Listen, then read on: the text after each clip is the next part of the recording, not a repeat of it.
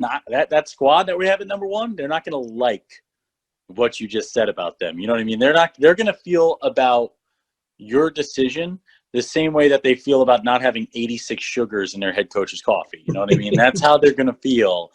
And I'll tell you what, it is sweet to unveil our number one team, and that is the 2-0, still defending Elite National Champion, Richmond Generals, and they continue to be at number one. They have been at number one in our Elite Power Rankings now for every single month for the past 2 seasons. That is tough. Someone has to knock them off eventually.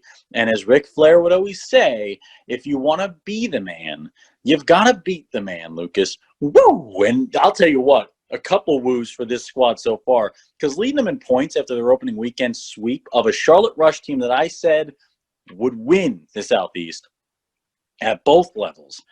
Their opening weekend sweep of that Rush team, they said, hey, come into town and then get off our lawn. That's what they said.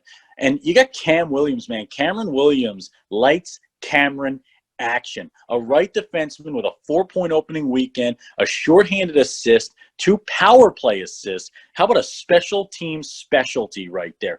Then you talk about Michael Stegall. This is the best. I mean, this guy is soaring like a seagull. That was terrible.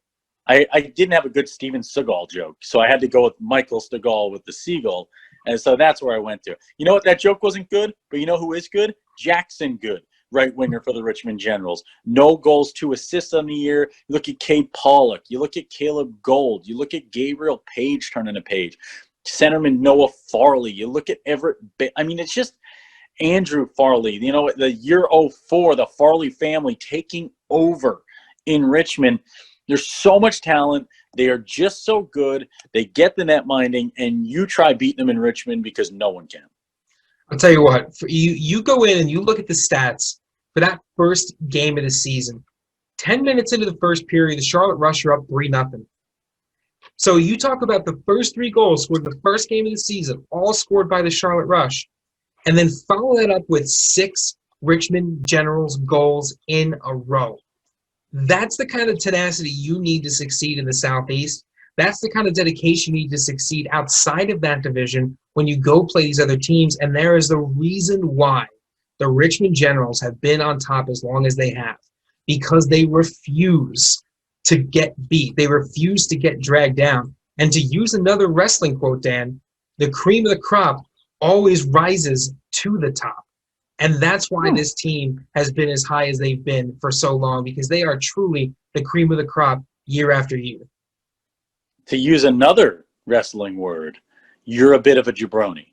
But other than that, I think this is a great top 10. You got the